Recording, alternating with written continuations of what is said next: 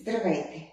Аз съм Денка и днес ще ви представя второто видео за болки в ставите на таза. Бъдете много внимателни при движенията, не натискайте тялото и ако имате болки, спрете незабавно. Това не е медицинско лечение, затова ако имате болки, се консултирайте с специалист. Изпълнявайте движенията много бавно, плавно, без да натискате тялото и в същото време се опитвайте да изпълнявате инструкциите, като свързвате движение с дихание. Много помага. И концентрация в тази част на тялото, в която имате усещания. Нека да легнем на земята, като си пригответе една възглавница, за да поставите под кръста, ако имате напрежение там. Или се опитайте да поставите кръста на земята.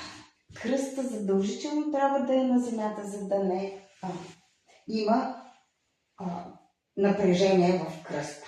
Тук вдишваме, издишайки, полагаме кръста на земята, изпъваме краката, поставяме ръцете върху корема, затваряме очите като начало, за да се приготвиме за тази практика.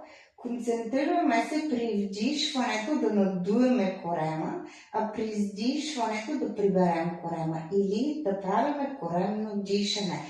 Затваряме очите. Издишваме дълго, прибираме корема към гърба, вдишваме, надуваме корема. Издишваме, прибираме корема към гърба. Дълго издишване. Вдишваме пак през носа, надуваме корема.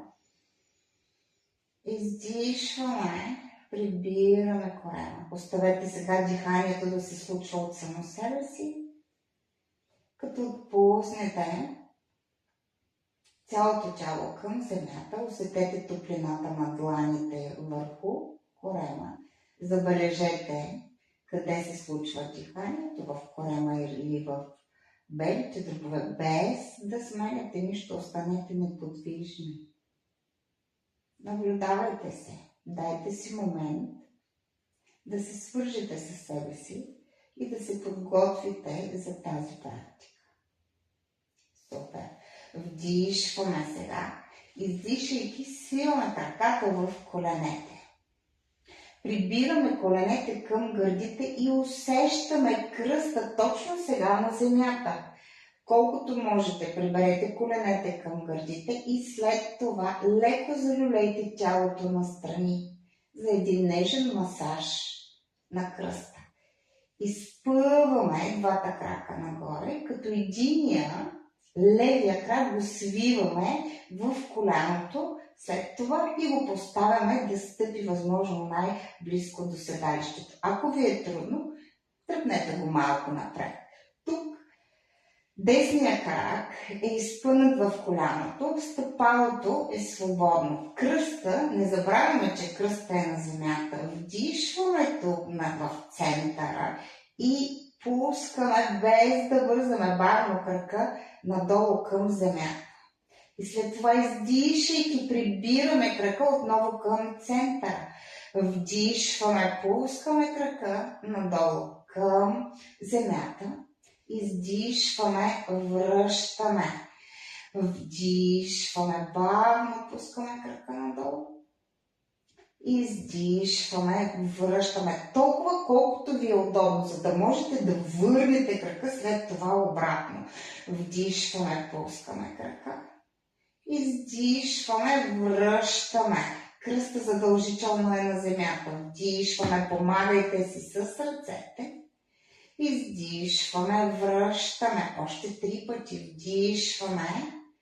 Крака надолу към земята, колкото ни е удобно. Издишваме, връщаме още 2 пъти. Вдишваме. Тук може да затворите очите. Издишваме, връщаме и последно. Вдишваме. Издишваме, връщаме. Свиваме крака в коляното. Поставяме го на земята. Ако имате нужда от освобождаване на мускула на бедрото, просто потупайте бедрото с длани. Или изправете крака и леко го разкладете, за да освободите напрежението. Просто изправете и другия крак и си дайте си момент на почивка. Дишаме тук и след това свиваме десния крак в коляното, вдигаме левия. Нека да се опитаме да заключиме коляното. Ако ви е трудно, може и да е меко, ако тук не сте разтегнати задните мускули на крака. И след това вдишваме, пускаме крака, ръцете са покрай тялото, проверяваме дали кръста е на земята, издишваме, връщаме в центъра. Вдишваме, издишваме, вдишваме.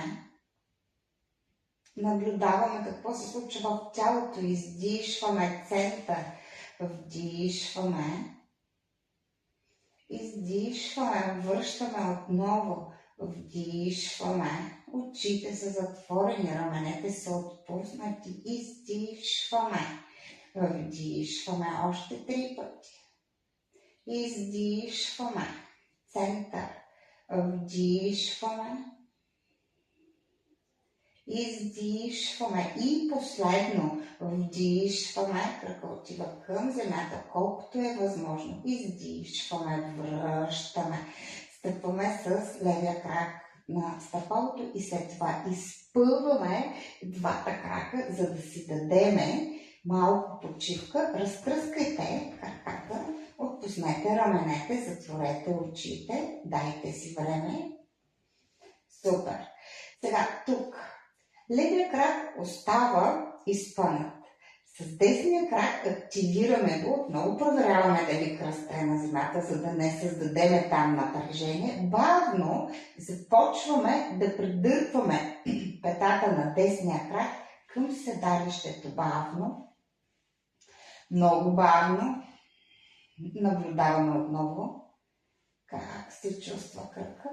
Супер! Когато стигнем нашия лимит, след това бавно започваме да връщаме стъпалото, за да изправиме крака. Много бавно. Внимаваме да няма напрежение. Изпъваме крака. Отново продължаваме още 4 пъти. Връщаме стъпалото. Бавно, бавно наблюдаваме, без да има напрежение в тялото. И след това връщаме. Нека да има и дишане. Не стискайте челюстта.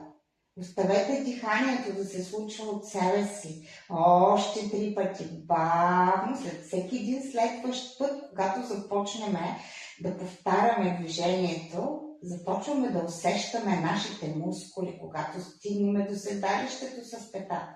Започваме бавно да връщаме обратно. Наблюдаваме промените. Къде се случват те, когато вече сме изпънали крака, отново започваме с стъпалото да дърпаме крака към таза.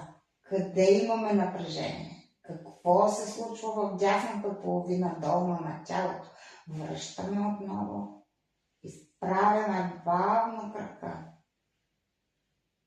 Супер! И последно връщаме стъпалото към седалището. Много бавно се движим. Внимаваме да не стискаме челюстта. Внимаваме и да дишаме. Не стискайте дъха.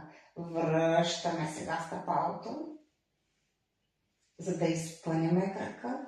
Отпуснати са ръцете. Отпуснати са раменете.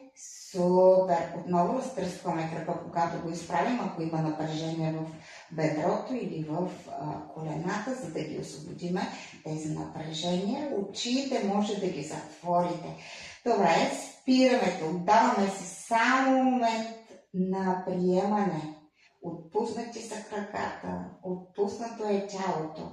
Дишаме и започваме с левия крак 5 пъти да придърпваме стъпалото към таза и да го връщаме, като движението е бавно. Проверяваме дали кръста е на земята. Отново повтарям, ако Има арка тук и кръста не може да опре на земята. Поставете една възглавница под кръста. Добре. И започваме сега. Бавно започваме да прибираме лявата пета към седалището. Дишаме бавно, прибираме петата толкова, колкото имаме възможност и след това връщаме.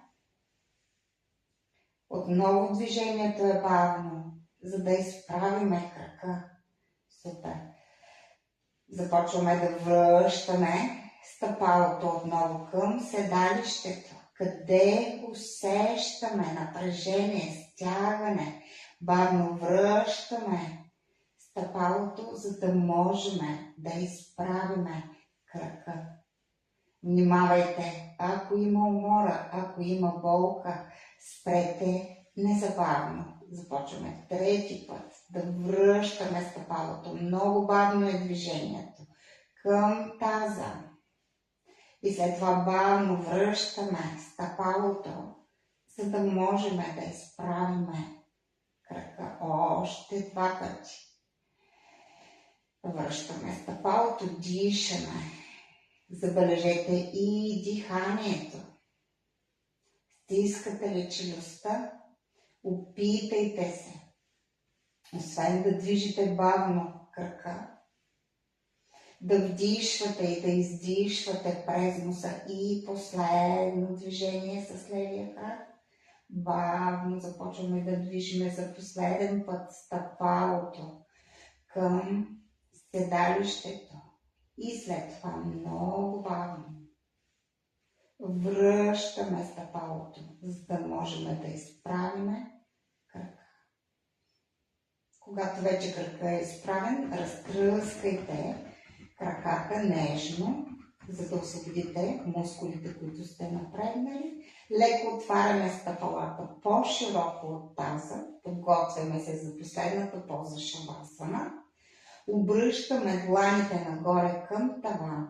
Винаги, когато имаме практика, особено на земята, завършваме с шавасана. Очите са затворени. Усещаме главата тежка. Отпуснете ръцете. Отпуснете тялото, таза. Отпуснете краката и стъпалата. Дишаме тук, като изцяло усещаме всяка една точка от нашето тяло, която е в допир с земята. Очите също са затворени и отпуснати в очните ябълки. Даваме си момент на приемане, момент на затваряне на тази практика. Момент на тишина.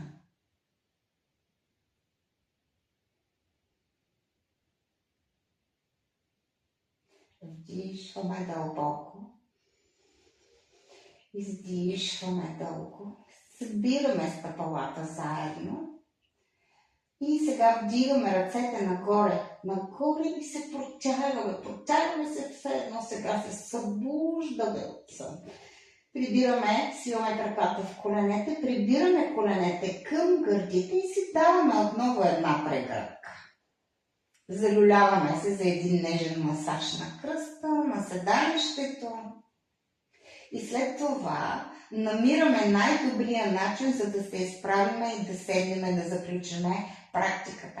Аз ви препоръчвам да се завъртите на тази страна, на която ви е удобно, да легнете върху долната ръка. Горната ръка поставете пред гърдите и след това наведете леко тялото към земята, активирайте тази ръка, която е пред гърдите и горния крак, за да можете да избутате тялото да се изправи, но главата и врата да са отпуснати. Отпуснете ги. Не давайте напрежение на врата. И чак тогава седнете така, както ви е удобно. Нека да не сядаме с кръстосани крака, за да не натварваме ставите на таза и коленете. Избутваме гърдите напред, затваряме очите, слагаме дланите върху коленете, върху бедрата, отпуснати са раменете, гърдите са напред, вдишваме тук. Издишайки събираме ръцете пред сърцето и скланяме глава към себе си, към нашето тяло. И благодарим на това тяло за днешната практика. Аз ви благодаря, че бяхте с мен, че ме се доверихте. Намасте! Благодаря ви от сърце. Ако това видео ви е било полезно, моля харесайте го, коментирайте и се абонирайте за канала. Благодаря.